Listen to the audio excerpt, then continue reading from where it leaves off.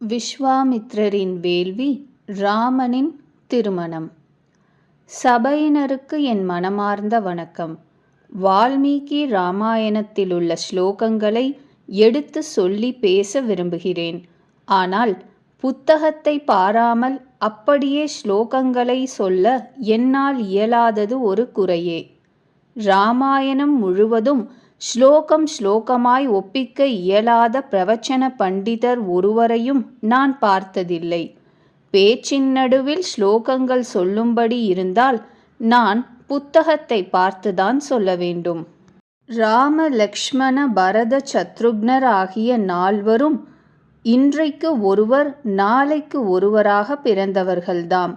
வயதில் வித்தியாசம் பார்க்க வேண்டிய அவசியம் இல்லை. ஆனால் ராமாயணத்தில் யார் மூத்தவன் என்பதை பற்றி சந்தேகம் இல்லை.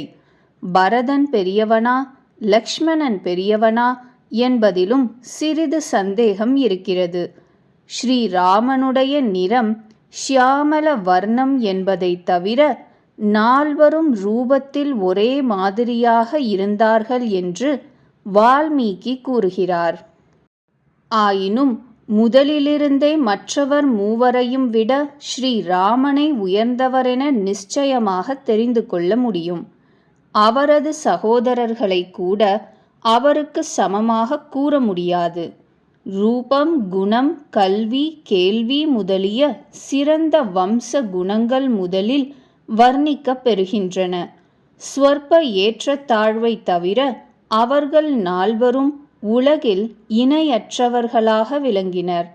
அவர்களின் நன்னெறி, சத்தியம், சிறந்த உணர்வு, நாட்டு மக்களிடம் உள்ள ஸ்ரத்தை, பெரியவர்களிடம் பணிவு, பெற்றோரிடம் கொண்டுள்ள எல்லையற்ற பக்தி முதலியவற்றை பற்றி வால்மீகி முக்கியமாக கூறுகிறார். இந்த நாட்டு வரலாற்றை உலக வரலாற்றையும் ஆராய்ந்து படிப்போர் ராஜ குடும்பங்களில் ஏற்படும் பாகிய வசத்தை பற்றி அறிந்திருப்பார்கள். ஆகவே நால்வரும் ஒன்றாக பிறந்தும் ஒருவர் மீது ஒருவர் அசூயை, போட்டி முதலியன இல்லாமல் இருந்தது இக்ஷ்வாகு குலத்தின் தனி அதிர்ஷ்டம் என்றே சொல்ல வேண்டும். பணக்கார குடும்பங்களில் பிறந்த பிள்ளைகள் செய்வதை ஒரு நிமிஷம் நினைத்து பார்த்தால்தான் இந்த சகோதர ஒற்றுமையை பற்றி அறிந்து போற்ற முடியும் என்பது என் கருத்து. புத்திரர்களுக்கு 15 வயது ஆகவில்லை. அதற்குள் தசரதர் அவர்களுடைய விவாகத்தை பற்றி ஆலோசிக்கிறார். மந்திரிகளுடனும் புரோகிதர்களுடனும் கலந்து யோசித்து கொண்டிருந்த சமயத்தில் விஸ்வாமித்திரர் அங்கே வந்து சேருகிறார். அவசரமாக வாக்களிப்பதும் பின்னர் அதை பற்றி வருந்துவதுமே தசரதரிடம் உள்ள ஒரு பெரும் குறை அல்லவா? இப்பொழுதும் அது போலவே செய்துவிடுகிறார். விஸ்வாமித்திரரை கண்டதும் மிகுந்த உவகையுடன் வரவேற்று உபசரித்து மிதமிஞ்சிய பக்தியுடன் அவர் எது கேட்டாலும் செய்வதாக தசரதர் வாக்களிக்கிறார். சமயத்தை நழுவ விடாமல் விஸ்வாமித்திரர் தாம் செய்யப்போகும் வேள்விக்கு மாரீச்சன், சுபாகு என்ற 2 அரக்கர்கள் விக்னம் செய்வதாக இருப்பதைச் சொல்வதுடன் தாம் கோரி வந்ததையும் கூறுகிறார். அவர்கள் லங்கேஸ்வரனான ராவணனைச் சேர்ந்தவர்கள். ராவணனால் வேள்விக்கு விக்னம் செய்யும் பொருட்டு நியமிக்கப்பட்டவர்கள் என்ற தகவலையும் தெரிவிக்கிறார். தசரதர் உடனே தாம் வேண்டியதை செய்வதாக கூறி, ராமனுக்கு பதிலாக நான் வந்து யஜ்ஞத்தை ரட்சிக்கிறேன் என்று உறுதிமொழி கூறுகிறார். முனிவர் வாயிலிருந்து ராவணனுடைய பெயரை கேட்டதும் ராவணனோடு போர் புரிவதா என்று தசரதர் நடுநடுங்கி போய் பின்வாங்குகிறார். இந்த இடத்தில் கவியின் கவித்திறமையை நாம் கவனிக்க வேண்டும். பழைய காலத்தவராயினும் சரி, நவீன காலத்தவராயினும் சரி, அலங்காரமான நடையை கையாளுபவர்கள் சில பொருத்தமான உயர்ந்த சொற்றொடர்களை திரும்ப திரும்ப கையாளும் தந்திரத்தை அறிவோம் அல்லவா? தசரதர் அடிக்கடி கீழே காணும் வார்த்தைகளை உபயோகிக்கிறார். ந ராமம் நேதுமர்ஹசி நைவ தாஸ்யாமி புத்திரகம். ராமனை அழைத்துச் செல்லாதீர், மகனை கொடுக்கவே மாட்டேன். 5-6 தடவை அவர் இந்த வார்த்தைகளை வேதனை தாங்காமல் கூறுவது போல் தோன்றுகிறது. விஸ்வாமித்ரரோ கோபம் கொண்டவராக எழுந்து, அரசனே, தான் அளித்த உறுதிமொழியை தவறாமல் காப்பாற்றுகிறவன் என்ற பெருமையுடன் நீ சுகமாக ராஜ்யத்தை ஆண்டு கொண்டிரு என்று குத்தலாக மொழிந்துவிட்டு கிளம்பிய பொழுது வசிஷ்டர் தமக்குள்ள செல்வாக்குடன் குறுக்கிட்டு விஸ்வாமித்ரரின் பெருமையை எடுத்து கூறி அவர் விருப்பத்தை செய்யும்படி உபதேசம் செய்கிறார். தசரதர் அதற்குச் சம்மதித்து ஸ்ரீ ராமனையும் லக்ஷ்மணனையும் அழைத்து வரும்படி கூறுகிறார். விஸ்வாமித்ரர் லக்ஷ்மணனும் ராமனோடு வரவேண்டுமென்று கேட்கவில்லை. லக்ஷ்மணனை பற்றியே அவர் பேசவில்லை. ஆனால் லக்ஷ்மணனை விட்டு ராமனை தனியாக நினைப்பவர் யார்? ராமன் போனால் லக்ஷ்மணனும் கூடவே செல்வான் என்று தசரதருக்கு தெரியும். ஆகவேதான் அவ்விருவரையும் வரச் சொல்லி அனுப்புகிறார். இந்த சந்தர்ப்பத்தில் இணையற்ற கருத்தும் அழகும் கொண்ட சில ஸ்லோகங்களை பார்ப்போம். ஸ்ரீ ராமனுக்கும் லக்ஷ்மணனுக்கும் உள்ள ஸ்நேகத்தை பற்றி கவி லக்ஷ்மணன் ராமனுடைய உடலை விட்டு வெளியில் உலவுகிற மறு உயிர் போன்றவன் என்கிறார். வால்மீகியே ஆசையுடன் அடிக்கடி இந்த சொற்களை பயன்படுத்துகிறார். பால்யாத் பிரபிருத்தி சுஸ்னிக்தோ லக்ஷ்மணோ லக்ஷ்மிவர்தனஹ ராமஸ்ய லோக ராமஸ்ய பிராதுர்ஜேஷ்டஸ்ய நித்யஷஹ சர்வப்ரிய கரஸ்தஸ்ய ராமஸ்யாபி ஷரீரதஹ லக்ஷ்மணோ லக்ஷ்மி சம்பன்னோ பஹி பிராண இவாம்பரஹ நச்ச தேன வினா நித்ராம் லபதே புருஷோத்தமஹ மிருஷ்டமன்னமுபாநீதம் அஷ்னாதி நஹிதம் வினா.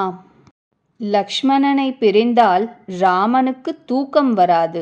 லக்ஷ்மணன் இல்லாமல் எந்த ருச்சியுள்ள உணவையும் ராமன் தனியே புஜிக்க மாட்டான் என்கிறார். யதாஹி ஹயமாரூடோ மிருகயாம் யாதி ராகவஹ ததைனம் பிருஷ்டதோப்யேதி சதனு பரிபாலயன். ராமன் வேட்டையாடச் சென்றால் லக்ஷ்மணனும் வில்லாளியாக தொடர்ந்து செல்வான் என்றும் கவி வர்ணிக்கிறார். அரண்ய காண்டத்தில் ராம லக்ஷ்மணர்களை தான் சந்தித்ததை சூர்பனகை ராவணனிடம் சொல்லும் பொழுது லக்ஷ்மணனை பற்றி பிராணோ பகிஷ்சரஹா வெளியே உலவும் உயிர் என்று இதே வார்த்தையை கூறுகிறார். ராம லக்ஷ்மணர்களோடு பேசிய பொழுது அவள் அவ்வளவு உண்மையாகவும் மரியாதையாகவும் நடந்து கொள்ளவில்லை. ஆனால் ராவணனிடம் அவர்களை பற்றி சொன்ன பொழுது தன் மனதிற்கு பட்டபடியே நிரம்பவும் உண்மையாக பேசுகிறாள். சீதையை அந்த குரூபி என்று கூறி அவளுக்கு பதிலாக தன்னை ஏற்றுக்கொள்ளும்படி ராமனிடம் அவள் சொன்னாலும் ராவணனிடம் பேசிய பொழுது பூவுலகில் காண கிடைக்காத ரூபமுள்ளவள் என்று சீதையை வர்ணிக்கிறாள். லக்ஷ்மணனை குறித்து ராமஸ்ய தக்ஷிணோ பாஹுஹு ராமனுக்கு வலக்கை போன்றவன் என்று வியந்து பாராட்டுகிறாள். யுத்த காண்டத்தில் ராவணனுடைய வேவுகாரர்களில் ஒருவனான சுகன் என்பவன் லக்ஷ்மணனை பற்றி சொல்லும் பொழுது இதே வார்த்தைகளை வழங்குகிறான். ராமஸ்ய தக்ஷிணோ பாஹுஹு நித்யம் பிராணோ பஹிஷ்சரஹா. ராவணனுடைய சக்தி ஆயுதத்தினால் அடிபட்டு லக்ஷ்மணன் மூச்சு திணறிய பொழுது ராமர் அவனை தாங்கிக் கொண்டு அழுது புலம்பிய பொழுதும் மேற்சொன்ன வார்த்தைகளை வருகின்றன. ராகவோ பிராதரம் திருஷ்ட்வா பிரியம் பிராணம் பஹிஷ்சரம் துக்கேன மஹதாவிஷ்டோ தியான சோகப்பராயணஹா. மற்ற எல்லா கவிகளையும் போலவே வால்மீகியும் பொருத்தமாயும் அழகாயும் உள்ள பதங்களாக அமைந்தால் அவற்றையே மீண்டும் மீண்டும் பிரயோகப்படுத்துவதில் விருப்பம் உள்ளவராக இருக்கிறார் என்பதை காட்டவே இதை குறிப்பிட்டேன். மற்றோரிடத்தில் தனக்கு யுவராஜ பட்டாபிஷேகம் நடக்கப் போவதாக நினைத்து ராமர் லக்ஷ்மணனிடம், லக்ஷ்மணே மாம் மயா சார்தம் பிரசாதித்வம் வசுந்தராம் த்விதீயம் மேந்தராத்மானம் த்வாமியம் ஸ்ரீருபஸ்திதா. இந்த பெரிய ராஜ்ய லாபத்தை நான் உன்னோடு பகிர்ந்து கொள்வேன். இது என்னை மட்டும் அல்ல, உன்னையும் சேர்ந்ததே. நீ எனது இரண்டாவது அந்தராத்மா அல்லவா என்று கூறி, மேலும் எப்பொழுதாவது இம்மாதிரி விஷயங்களை நான் விரும்பினால் நீயும் என்னுடன் சேர்ந்து அவற்றை அனுபவிப்பாய் என்ற எண்ணத்தோடுதான் அவற்றை அடைய விரும்புகிறேன் என்கிறார். ராஜ குடும்பங்களில் இப்படி சகோதரர்களுக்குள் ஐக்கியம் அமைவது மிகவும் அபூர்வமல்லவா? ராமனுக்கும் லக்ஷ்மணனுக்கும் இடையேயுள்ள பேரன்புக்கும் ஒற்றுமைக்கும் சமமாக பரதனுக்கும் சத்ருக்னனுக்கும் உள்ள அன்பையும் ஒற்றுமையும் தான் கூறலாம். இராமாயணத்தில் இது வேறெங்கும் காண கிடைக்காத ஒரு பெரும் சிறப்பாக இருப்பதனால் ஒரு நாள் அதை பற்றியே தனியாக பேசலாம் என்று நினைக்கிறேன். கதையில் எங்கெல்லாம் இந்த அருங்குணத்தின் பெருமை வெளியாகிறதோ அதை மட்டும் இன்று எடுத்து காட்டலாம் என்று இருக்கிறேன். நாம் கவனிக்க வேண்டிய மற்றொரு விஷயத்தை இப்பொழுது கூறுகிறேன். ராமன் வேறு லக்ஷ்மணன் வேறு என்று இல்லாமல் இருவரும் அவ்வளவு ஒன்றாக இருந்தது எல்லோரும் அறிந்ததே. அநேக நியமங்களை அனுஷ்டித்து கொண்டும் பல அரிய விஷயங்களை கேட்டு தெரிந்து கொள்வதனால் தமது அறிவை வளர்த்து கொண்டும் ராமனும் லக்ஷ்மணனும் விஸ்வாமித்ரரை தொடர்ந்து செல்லும் கதை மிகவும் அழகாக வர்ணிக்கப் பெறுகிறது. ராமனோடு லக்ஷ்மணனையும் வரவேண்டும் என்று விஸ்வாமித்ரர் கேட்கவில்லை. அதனாலேயோ என்னவோ லக்ஷ்மணனை அவர் அதிகமாக கவனிக்கவில்லை போல் தோன்றுகிறது. ராமா, ராகவா என்று ராமனையே எப்பொழுதும் அழைத்து பேசுவதை காண்கிறோம். ராமனுடன் லக்ஷ்மணன் இருப்பதை விரும்பாமல் வேண்டுமென்றே அவர் அவனை அலட்சியம் செய்தார் என்று சொல்வது சரியல்ல. ராமனோடு பேசினால் அது லக்ஷ்மணனோடு பேசியதாகவும் ஆகும் என்ற எண்ணம் எல்லோரையும் போல் அவருக்கும் இருந்திருக்கலாம்.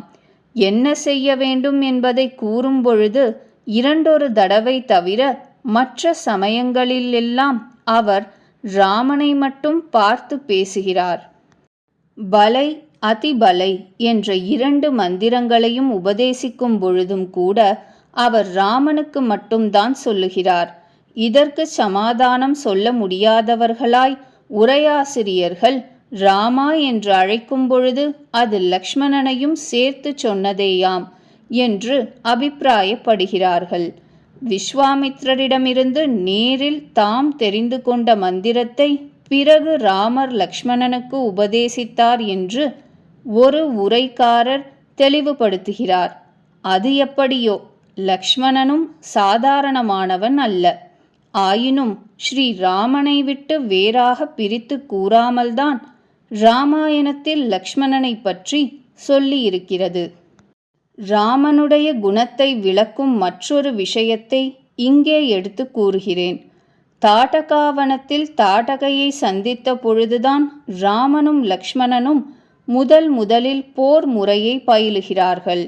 விஸ்வாமித்ரர் தசரதரிடம் மாரீச்சனும் சுபாகுவும் என் விரோதிகள் என்று கூறுகிறாரே தவிர தாட்டகையை பற்றி பேசவே இல்லை. அதற்கு என்ன காரணம் இருக்கக்கூடும் என்று யோசித்து பார்ப்போம். வேள்விக்கு அவள் ஒன்றும் விக்னம் செய்யாமல் இல்லை. யக்ஞ விக்னகரி என்றுதான் விஸ்வாமித்ரர் அவளை பற்றி கூறுகிறார். தசரதர் ராமரை அவ்வளவு சுலபமாய் தம்முடன் அனுப்பிவிட மாட்டார் என்று விஸ்வாமித்ரருக்கு தெரியும். மாரீச்சன் சுபாகு ஆகிய இருவரை தவிர தாட்டகை என்ற பெண் வேறு இருக்கிறாள் என்று கூறினால் அவருக்கு பின்னும் அதிக பயமாகிவிடும். இந்த காலத்திற்போல் அந்த காலத்திலும் போர் புரிந்து பழக்கமான ஒரு யுத்த வீரன் ஸ்திரீயை கொல்லுவதற்கு தயங்குவான். தாட்டகையை கொன்றாலன்றி அவள் புரியும் உபத்திரவம் நீங்காது என்று விஸ்வாமித்ரருக்கு தெரியும். உங்கள் புத்திரனை அழைத்து போய் முதலில் ஒரு ஸ்திரீயை கொல்வதோடு அவன் யுத்த பயிற்சியை துவக்கப் போகிறான் என்று தசரதரிடம் சொன்னால் எப்படி சரியாக இருக்கும்? ஆகவேதான் மனத்தில் வைத்திருந்த இந்த விஷயத்தை அவர் தசரதரிடம் சொல்லாமல் நிறுத்தி கொண்டார் என்று நான் ஊகிக்கிறேன். தாட்டகையை பார்ப்பதற்கு முன்பே விஸ்வாமித்ரர் ராமனிடம், அவள் மிகவும் தந்திரமுள்ளவள், அவளிடம் தயை காட்ட வேண்டாம், அவளை உடனே வதம் செய், தயங்காதே, ஸ்திரீவதமாயிற்றே என்று சற்றும் பார்க்காதே, அவளை கொல்லுவதுதான் முறை என்று கூறுகிறார்.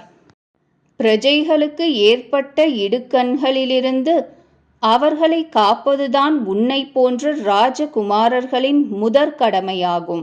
அதற்கு தடையாக இருக்கும் யோஜனைகளை களைய வேண்டும். ஸ்திரீயை கொல்ல வேண்டுமென்றால் கொன்றுதான் ஆக வேண்டும், இரக்கம் காட்டக்கூடாது என்று மேலும் எச்சரித்து சொல்லுகிறார். நிஷம்சம் அனுஷம்சம் வா பிரஜாரக்ஷண காரணாத் பாவனம் வா சதோஷம் வா கர்த்தவ்யம் ரக்ஷதா சதா ராஜ்யபார நியுக்தானாம் ஏஷ தர்மஹ சனாதனஹ அதர்ம்யாம் ஜஹி காகுத்ஸ்த தர்மோ ஹஸ்யாம் ந வித்யதே. இதற்கு முன்பு நடந்த ஸ்திரீ வதங்களை பற்றி சொல்லி விஸ்வாமித்ரர் மேலும் வற்புறுத்தி கூறவே ராமர் அதற்கு சம்மதிக்கிறார். உன்னைத்தான் முதலாக ஸ்திரீயை வதம் செய்யும் முறையற்ற காரியத்தை செய்யும்படி சொல்வதாக நினைத்து கொள்ளாதே. பெரியவர்கள் எல்லோரும் அதை செய்திருக்கிறார்கள். இந்திரன் மந்தரையை கொன்றான். பிருகு பத்னியை மகாவிஷ்ணுவே வதம் செய்தார். பரசுராமர் தம் தாயையே கொன்றார். ஆகவே இதில் உனக்கு அருவருப்பு தோன்ற வேண்டியதில்லை என்கிறார். ராமரும் இதை தவறாக நினைக்காமல், என் தந்தை என்னை தங்களுடன் அனுப்பிய பொழுது தாங்கள் எது சொன்னாலும் மறுக்காமல் உடனே செய்ய கட்டளையிட்டிருக்கிறார். என் தந்தை பெரிய சக்கரவர்த்தி, தாங்களோ பெரிய ரிஷி, என் குரு. தங்கள் சொல்லை எதற்காக நான் மீறி நடப்பேன் என்கிறார்.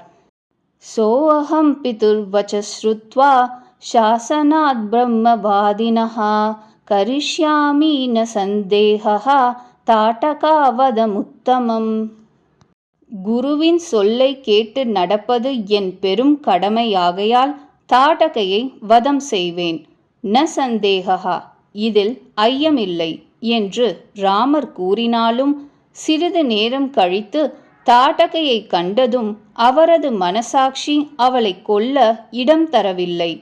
லக்ஷ்மணா, இந்த பயங்கர ரூபமுள்ள ராட்சசியை தைரியமில்லாதவர்கள் பார்க்கும் பொழுதே உயிரை விட்டு விடுவார்கள். ஆயினும் இவள் ஸ்திரீ, அதை எப்படி மறுப்பது? விஸ்வாமித்ர மகரிஷிக்கு இவளால் துன்பமில்லாமல் இருக்க வேண்டும் என்பது ஒன்றுதான் நமது கொள்கை. இவளை சக்தியில்லாமல் செய்து விடுகிறேன். இவள் கைகளை வெட்டி காதுகளை அறுத்து விரூபமாக்கி அனுப்பிவிடுவோம்.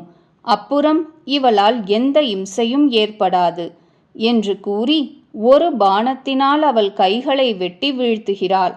தானும் ஒரு பாணத்தை போட்டு லக்ஷ்மணன் அவள் காதுகளையும் மூக்கையும் அறுத்தெறிகிறான். ஆனால் தாட்டகையோ இதற்கெல்லாம் சிறிதும் சளைக்காமல் அவர்கள் மீது கல்மாரி பொழிகிறாள். பல உருவங்களை எடுத்துக்கொண்டு அவர்கள் கண்ணில் படாமல் மறைந்திருந்து துன்புறுத்துகிறாள். ராமனும் லக்ஷ்மணனும் ஒளிவந்த இடத்தை நோக்கி அம்புகளை பொழிகிறார்கள். ஆனால் அவர்களின் முயற்சி அதிகம் பலிக்கவில்லை. அவர்கள் சிரமப்படுவதை பார்த்த விஸ்வாமித்ரர், இவளுக்கு நீ கருணை காட்ட வேண்டியதில்லை ராமா, இவள் அத்தகைய ஸ்திரீ அல்ல, இவளை வதம் செய்துவிடு என்று சொன்னேன். சூரியன் அஸ்தமிக்கும் வேளை வந்துவிட்டது. இன்னும் 5 நிமிஷம் கடந்தாலும் பிறகு அதிக தாமதம் ஆகிவிடும். சூரியன் அஸ்தமித்து விட்டால் இந்த ராட்சசர்கள் பகல் வேலையை காட்டிலும் 10 மடங்கு அதிக பலம் பெற்றவர்கள் ஆகிவிடுவர். இப்பொழுதே இவளை தொலைத்துவிடு என்று கூறியதை கேட்டு ராமர் உடனே தாட்டகையை வதம் செய்கிறார். நாம் இந்த இடத்தில் கொஞ்சம் நன்றாய் சிந்தித்து பார்க்க வேண்டும்.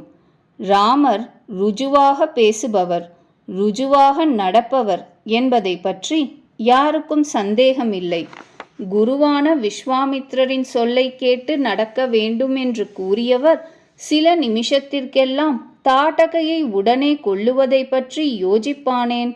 தயங்கியதுடன் அவள் கைகளை வெட்டி விரூபமாக்கிவிட்டால் போதுமென்று லக்ஷ்மணனிடம் ஏன் சொல்லுகிறார்? ராமருடைய குணத்தை பற்றி கூறும்பொழுது இவ்விடத்தில் சாவதானமாய் யோசித்து கூற வேண்டும். வியாக்கியானக்காரர்கள் கூட தெளிவாக ஒன்றும் சொல்லவில்லை. எனக்கு ஒருவிதமாய் தோன்றுகிறது. பெரிய பெரிய விஷயங்களில் ஸ்ரீராமர் தமக்கு சரியென்று பட்டதையே செய்வது வழக்கம். பிறரும் தம் மாதிரி நினைத்தாலொழிய அவர்களை பின்பற்ற மாட்டார். முதலில் ஏதேனும் சந்தேகம் இருந்தாலும் இறுதியில் தாம் நினைத்தபடியேதான் செய்வார். யோசிக்காமலே விஸ்வாமித்திரரிடம் தாட்டகையை வதம் செய்வதாக ஒப்புக்கொண்டார். ஆயினும் வதம் செய்ய வேண்டிய சமயம் வந்தபொழுது சந்தேகம் தோன்றவே மகரிஷியின் வார்த்தையை அப்படியே கேட்டு நடக்காவிட்டால் என்ன? அவளை முற்றும் சக்தியற்றவளாகச் செய்துவிடுகிறேன். அது போதாதா என்று மனத்தை சமாதானம் செய்து கொள்ளுகிறார். விஸ்வாமித்ரர் கூறியதை மீறி நடக்க வேண்டுமென்றோ அல்லது தாம் செய்த உறுதிமொழியை கைவிடுவதென்ற விருப்பமோ ராமருக்குச் சிறிதும் இல்லை என்று நான் நிச்சயமாக கூறுவேன். எவ்வளவுதான் மனத்தை திடப்படுத்தி கொண்டிருந்தாலும் இம்மாதிரி சந்தேகங்களும் யோஜனைகளும் காரியம் நடக்க வேண்டிய சமயத்தில் மனக்கலக்கத்தை உண்டு பண்ணுவது உண்டு. ஸ்திரீயை வதம் செய்வது முறையல்ல என்ற எண்ணத்தை தவிர்ப்பதற்கு விஸ்வாமித்ரர் ஒரு நல்ல சட்டத்தை ஏற்படுத்தினார். கஷ்டப்படுகிறவர்களை காப்பதுதான் ஓர் அரசனுக்குள்ள பெரும் கடமையாகும். மற்ற கடமைகள் எல்லாம் அதற்கு நிகரல்ல. ஆகவே ஸ்திரீயாயிற்றே என்று எவ்வளவு இரக்கம் தோன்றினாலும் ஆபத்தில் இருப்பவர்களை காப்பது என்பது யாவற்றையும் விட மிகவும் முக்கியமான கடமையல்லவா? ஒரு பெரிய வேள்வியையும் அதிலிருந்து ஏற்படும் பயன்களையும் மனத்தில் எழும் இந்த சிறு தயக்கம் கெடுத்துவிடுமே என்பதுதான் நாம் இதிலிருந்து தெரிந்து கொள்ள வேண்டிய விஷயம். இனி பாலகாண்டத்திலுள்ள ஒரு முக்கியமான கட்டத்திற்கு செல்வோம். மிதிலைக்கு போகலாம் என்று விஸ்வாமித்ரரும் மற்றும் உள்ள முனிவரும் ராம லக்ஷ்மணர்களிடம் சொல்லும் இடம். ஜனகர் ஒரு பெரிய யாகம் நடத்துகிறார். அது பார்க்க வேண்டியது. மற்றொரு விசேஷம், ஜனக மகாராஜாவிடம் திரிபுரங்களை எரிப்பதற்கு சிவபெருமானுக்கு உதவிய ஒரு திவ்ய தனுஷு இருந்தது. அந்த வில் ஜனகனின் கைக்கு எப்படி வந்தது என்ற வரலாறு அவ்வளவு சரியாக இராமாயணத்தில் விவரிக்கப்படவில்லை. எப்படியோ ஜனகரிடம் அத்தகைய வில் ஒன்று இருந்தது என்பதுதான் நமக்கு தேவையான விஷயம். ஆகவே விஸ்வாமித்ரர் உட்பட அங்குள்ள ரிஷிகள் அனைவரும் ராம லக்ஷ்மணர்களிடம் மிதிலைக்கு போய் அங்கே நடக்கும் வேள்வியை பார்த்துவிட்டு பிறகு அந்த தெய்வீக வில்லையும் பார்க்கலாம். எவ்வளவோ பேர்கள் அதை தூக்கி நாணேற்ற முயன்றார்கள். முடியவே இல்லை. நீங்களும் வேண்டுமானால் அதை செய்து பார்க்கலாம் என்று தூண்டுகிறார்கள். வால்மீகி சில விஷயங்களை சொல்லாமல் விடுவது கவனிக்க தகுந்தது. அந்த வில்லை தூக்கி நாணேற்றுபவனுக்கே தம் மகள் சீதையை மணம் செய்து கொடுப்பதாக ஜனகர் பிரதிஜை செய்திருந்தது அந்த சமயத்தில் எல்லோருக்கும் தெரிந்ததே அல்லவா? விஸ்வாமித்ரருக்கு இது தெரிந்திராமல் இருக்க முடியாது. ஆயினும் அவரோ மற்ற ரிஷிகளோ ஸ்ரீராமனிடம் அதை பற்றி பிரஸ்தாபிக்கவே இல்லை. ஜனகரிடம் ஒரு சிறந்த வில் இருக்கிறது என்று மட்டுமே சொல்லுகிறார்கள். இளைஞர்களிடம் எல்லாவற்றையும் விடாமல் சொல்லுவதை பெரியவர்கள் விரும்புவதில்லை. சில விஷயங்கள் பின்பு தெரியும் பொழுது அவர்களுக்கு ஆச்சரியமாக இருக்கட்டும் என்றோ அல்லது முன்கூட்டியே தெரிந்து கொண்டு செய்ய வேண்டியதை செய்ய இயலாமற் போகக்கூடாது என்றோ அவர்கள் பேசாமல் இருந்து விடுவார்கள். எப்படி வேண்டுமானாலும் இருக்கலாம். விஸ்வாமித்ரர் ஒருவேளை வில்லை எடுத்து நாணேற்றி பார்க்கும்படி ராமனிடம் நான் சொல்லப் போவதில்லை என்று தமக்குள் நினைத்து கொண்டிருக்கலாம்.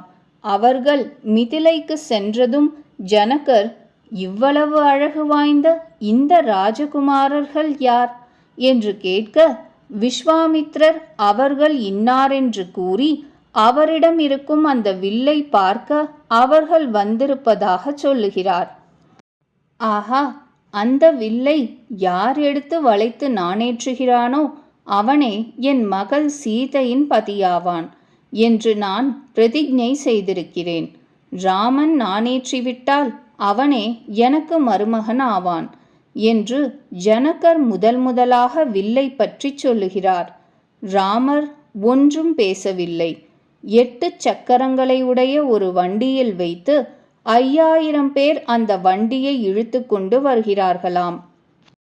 வில் வந்து சேர்ந்ததும் எவ்வளவோ பேர் அதை தூக்க முயன்று முடியாமற் போனதை பற்றி ஜனகர் சொன்ன பொழுது 15 வயது கூட நிரம்பாத ராமர் அதன் எதிரில் போய் வெட்கத்தோடு தயங்கி நின்றதை பார்த்தவர்கள், இவனால் இது எங்கே முடியப் போகிறது என்று நினைத்திருப்பர். வில்லை காட்டுங்கள், குழந்தைகள் பார்க்கட்டும் என்று விஸ்வாமித்ரர் கூறியதும் ராமர் பெட்டியை திறந்து வில்லை பார்க்கிறார்.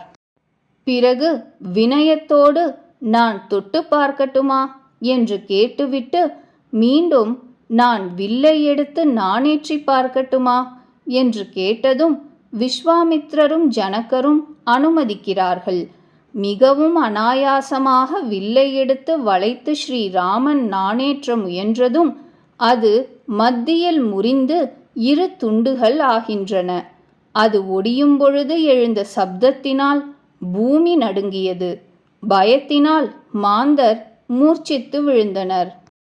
மிருகங்கள், பட்சிகள் எல்லாம் கூட பயந்து நடுங்கின என்கிறார் கவி.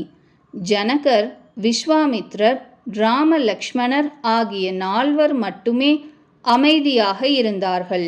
வில் முறிந்ததும் ஜனகர், என் விருப்பம் நிறைவேறியது, நல்ல மருமகனை அடைந்து விட்டேன்.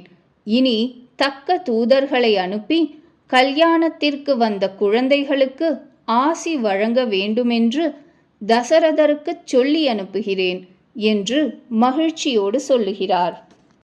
அயோத்தியா காண்டத்தில் சீதை அனுசூயையிடம் இந்த வரலாற்றை கூறிய பொழுது கொஞ்சம் மாற்றிச் சொல்வதாக காண்கிறது. நடந்த சம்பவத்தை அப்படியே அதே வார்த்தைகளில் மீண்டும் சொல்லுவது இல்லை. ஏதாவது சிறு மாறுதல் இருந்துவிடும். இந்த வரலாற்றில் ஒரு நல்ல வித்தியாசமே காண்கிறது.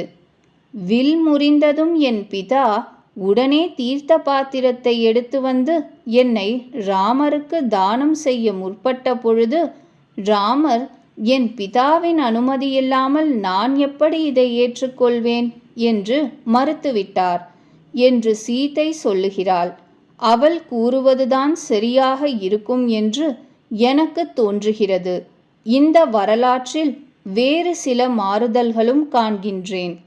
தீயமானாம் நது ததா பிரதிஜக்ராஹ ராகவஹ அவிஜ்ஞாய பிதுஷ்சந்தம் அயோத்தியாதிபதே பிரபோஹோ. நிபந்தனையின்படி வில்லை நாணேற்றி என்னை ஜெயித்து விட்டாலும் தந்தையின் கருத்தை அறியாமல் என்னை ஏற்றுக்கொள்ள அவர் விரும்பவில்லை என்று கூறுகிறாள் சீதை. தூதர்களிடமிருந்து தெரிந்ததும் தசரதர் பெரு மகிழ்ச்சியுடன் வசிஷ்டர் முதலியோரை முன்னிட்டு கொண்டு சதுரங்க சைன்யத்துடன் மிதிலைக்கு புறப்பட்டார் என்பதை அறிவோம்.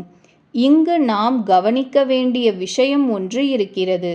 சீதையின் நிலைமை அவளது சகோதரிகளான ஊர்மிளை, மாண்டவி, ஸ்ருதகீர்த்தி இவர்களின் நிலையை காட்டிலும் வேறு விதமானது.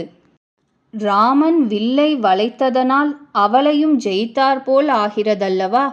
அவளுடைய கல்யாணத்தை தவிர வேறு 3 கல்யாணங்களும் ஒரே சமயத்தில் நடக்கின்றன. அது எப்படியென்றால் இங்கே மூலத்தில் என்ன இருக்கிறது என்று பார்க்க வேண்டும். ஜனகர் ஊர்மிளையை லக்ஷ்மணனுக்கு மனம் செய்து கொடுப்பதாக சொல்லவில்லை. பரத சத்ருக்னர்களுக்கு மாண்டவியையும் ஸ்ருத கீர்த்தியையும் கொடுப்பதாகவும் சொல்லவில்லை. வசிஷ்டர் இக்ஷ்வாகு வம்சத்து அரசர்களின் பரம்பரை பெருமையை கூறிய பிறகு, ஜனக மகாராஜனே, சீதையை ராமனுக்கும் ஊர்மிளையை லக்ஷ்மணனுக்கும் பாணி கிரகணம் செய்து கொடுக்கும்படி உன்னை கேட்டுக்கொள்கிறேன் என்று முடிக்கிறார். முதலாக இந்த விவாக பேச்சு நடக்கிறது. இக்காலத்தில் போல் ஜனகர் ஒரு கட்டு ஜாதகங்களை ஜோசியரிடம் காட்டி பொருத்தம் பார்த்து கொண்டு பெற்றோர்களிடம் சென்று, இன்னும் 20,000 அதிகம் தருகிறேன், என் பெண்ணை பண்ணிக்கொள்ளுங்கள் என்றெல்லாம் கேட்கவில்லை. நல்ல படித்த வைதிகர்களை கொண்டு தகுந்த பெண்ணை தேடி பையனுக்கு மனம் செய்விப்பதுதான் சாஸ்திர ரீதியான பழைய சம்பிரதாயம். அதன்படிதான் இப்பொழுதும் நடந்திருக்கிறது. வசிஷ்டர் லக்ஷ்மணனுக்கு ஊர்மிளையை கொடுக்கும்படி கேட்டுத்தான் அந்த விவாகமும் நடைபெறுகிறது. இதற்கிடையில் விஸ்வாமித்ரர், தசரதரும் ஜனகரும் போன்ற 2 அரசர்கள் ஒரே இடத்தில் ஒன்று சேர்ந்திருப்பது சரித்திரத்திலேயே அபூர்வமான சம்பவம்.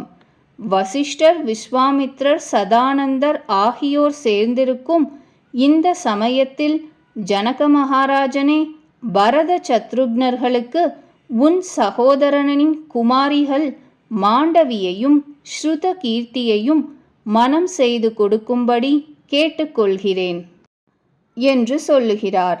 விவாக பேச்சு மணமகன் சார்பிலிருந்துதான் தொடங்குவது சம்பிரதாயமாக இருந்திருக்கிறது. கல்யாண சமயத்தில் ஜனகர் கூறும் பிரசித்தமான ஸ்லோகம் எல்லோரும் அறிந்ததே. சீதையை கையை பிடித்து ராமனுக்கு எதிரில் நிறுத்தி, அக்னி சாட்சியாக உன் தர்மானுஷ்டானங்களுக்கு இனி என்றும் உறுதுணையாக இருக்கப் போகும் என் மகள் இதோ இருக்கிறாள். மகா பதிவிரதையும் மகா பாக்யசாலியுமான இவள் உன்னை என்றும் நிழல் போல தொடருவாள் என்கிறார் ஜனகர். புனிதமான விவாக சமயத்தில் எவ்வளவு தடவை கூறினாலும் தெவிட்டாத ஸ்லோகங்கள் இவை. இயம் சீதா மம சுதா சஹதர்மச்சரீதவ பிரதீச்சைனாம் பத்ரம் தே பாணீம் கிருஹ்ணீஷ்வ பாணினா பதிவ்ரதா மகாபாகா சாயேவானுகதா சதா இத்யுக்த்வா பிராக்ஷிபத்ராஜா மந்திரபூதம் ஜலம் ததா. பரசுராமரின் வருகையை கூறாமல் அயோத்தியில் தசரதரின் அரண்மனையில் இந்த 4 மணமக்களும் நுகர்ந்த இன்ப வாழ்க்கையை பற்றி கவி வர்ணிக்கும் கட்டத்திற்கு வருவோம். கணவன் மனைவியை எப்படி போற்றினான், மனைவி கணவனை எவ்வகையில் உபசரித்து மகிழ்ந்தாள் என்பதையெல்லாம் வர்ணித்து கவி திருப்தி அடையவில்லை. ராமன் சீதை இவ்விருவரின் தாம்பத்தியத்தை பற்றியே வால்மீகி விசேஷமாக கூறுகிறார். ஏனெனில் விவாகமானதும் பரதனின் மாமனான யுதாஜித் தம்முடன் பரதனையும் சத்ருக்னனையும் கேகய தேசத்திற்கு அழைத்து போய்விடுகிறார். அவர்களுடன் மாண்டவியும் ஸ்ருதகீர்த்தியும் சென்றதை பற்றி இராமாயணத்தில் ஏதும் கூறவில்லை. வால்மீகியின் போக்கு நூதனமானது. சீதையின் அரிய குணங்களை விஸ்தாரமாக வர்ணித்துவிட்டு மற்றவர்களை பற்றி பேசாமலே இருந்து விடுவார். மாண்டவியும் ஸ்ருதகீர்த்தியும் கேகய தேசத்திற்கு சென்றது பற்றி இராமாயணத்தில் இல்லை. தசரதர் இறந்த பிறகு பரதன் அயோத்திக்கு திரும்பி வந்தபொழுதும் அவர்களை பற்றி ஒரு வார்த்தையும் இராமாயணத்தில் இல்லை. கவியே அவர்களை பற்றி பேசாமல் இருந்துவிட்டதனால் நாமும் அதிகம் கவனிக்க வேண்டிய அவசியமில்லை. எனினும் நமக்கு அந்த சந்தேகம் வரத்தான் வருகிறது. ஒரே ஒரு விஷயம் சிறிது சர்ச்சைக்கு இடமாக உள்ளது. ராமரும் சீதையும் ஒருவர் மேல் ஒருவர் கொண்ட அன்பை பற்றி வால்மீகி கவிதை நயத்தோடு மிகவும் அழகாக வர்ணிக்கிறார். ஒருவர் மனத்தை மற்றவர் வெகு சுலபமாக அறிந்து கொண்டனர். வாயும் கண்களும் தமக்கு வேண்டியதை சொல்லாவிட்டாலும் உள்ளம் உள்ளத்தோடு இணைந்து பேசியது. ஒருவரின் விருப்பம் மற்றவருக்கு சொல்லாமலே தெரிந்தது. யார் யாரை அதிகம் நேசித்தார்கள் என்பதை சொல்வது கடினம் என்கிறார். பிரியா து சீதாராமஸ்ய தாரா பித்ருக்ருதா இதி. சாகித்ய வல்லபர் டி. சுந்தராச்சாரியார் நிரம்ப படித்தவர் என்று எல்லோராலும் போற்றப் பெற்றவர். மேற்கூறிய ஸ்லோகத்திற்கு அவர் பிதாவே பார்த்து தமக்கு மனம் செய்வித்த மனைவி சீதை என்பதற்காகவே ராமர் சீதையினிடம் அன்பு செலுத்துகிறார் என்று ஒரு சமயம் வியாக்கியானம் செய்தார். ஊர்மிளை, மாண்டவி, ஸ்ருதகீர்த்தி ஆகிய மூவரும் கூடத்தான் பிதாவினால் பார்த்து மனம் செய்விக்கப்பட்டவர்கள். தசரதர் சீதையை ராமருக்கு தேர்ந்தெடுக்கவில்லை. தம் புஜபல பராக்கிரமத்தினால் அவர் அவளை வென்று அடைந்தவரல்லவா.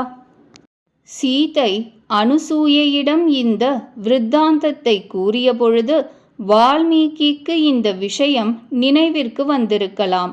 அதனால்தான் பிதாவின் அனுமதியில்லாமல் ராமர் விவாகத்திற்கு சம்மதிக்கவில்லை என்று சீதை கூறுவதாக சாமர்த்தியமாக மாற்றிச் சொல்கிறார். தந்தை வந்து சரி என்று சொல்ல வேண்டும். பித்ருக்ருதாகா என்பதற்கு தசரதரை விட்டு ஜனகரையே எடுத்துக்கொள்ளலாம் என்று வேறு ஒரு வியாக்கியானம் இருக்கிறதாம். பித்ருத்தத்தாகா, பிதாவினால் கொடுக்கப்பட்டவள் என்று அர்த்தம். சீதையின் விவாகம் ஸ்வயம்வரமாக இருந்தாலும் பிராமண விதிப்படி ஜனகரே ராமருக்கு அவளை கன்னிகாதானம் செய்து கொடுத்தார். தசரதர் தாமே தேர்ந்தெடுத்தாரோ அல்லது தம் சம்மதத்தை மட்டும் தெரிவித்தாரோ, அது எப்படியாயினும் ராமர் சீதை ஆகிய இருவருடைய பேரன்புக்கு அதுவும் ஒரு காரணம் என்று சொல்லலாம். என் பராக்கிரமத்தினால் நான் சீதையை அடைந்தேன் என்றாலும் பிதாவும் இந்த திருமணத்திற்கு மகிழ்ச்சியுடன் சம்மதித்தார். அந்த காரணத்தினாலேயே அவள் மேலும் என் அன்புக்கு உரியவள் ஆகிறாள் என்று ராமர் நினைத்திருக்கலாம். ராமருடைய அரிய குணங்களின் ஒன்றாக இதையும் சேர்த்துச் சொல்லலாம். வாழ்க்கையில் மிகப்பெரிய செயல்களை செய்யும் பொழுது தந்தையின் முழு சம்மதத்தையும் மறக்காமல் பெற்ற பிறகே செய்தார். மனைவியை தேர்ந்தெடுப்பது நமக்கு வெகு முக்கியமானது. இக்காலத்தில் அந்த வழக்கம் வேகமாக மறைந்து கொண்டு வருகிறது. மணமகளின் தந்தையே அதை முன்னின்று செய்பவர். ராமருடைய விவாகத்தில் தசரதர் தாமே மணமகளை தேர்ந்தெடுக்கவில்லை என்றாலும் கல்யாணத்திற்கு தம் முழு சம்மதத்தையும் அளித்தார் என்பதிலிருந்து ராம, லக்ஷ்மண, பரத, சத்ருக்னர்களுடைய விவாகம் பழைய சம்பிரதாய திட்டத்திலேயே நடைபெற்றது என்று கூறலாம்.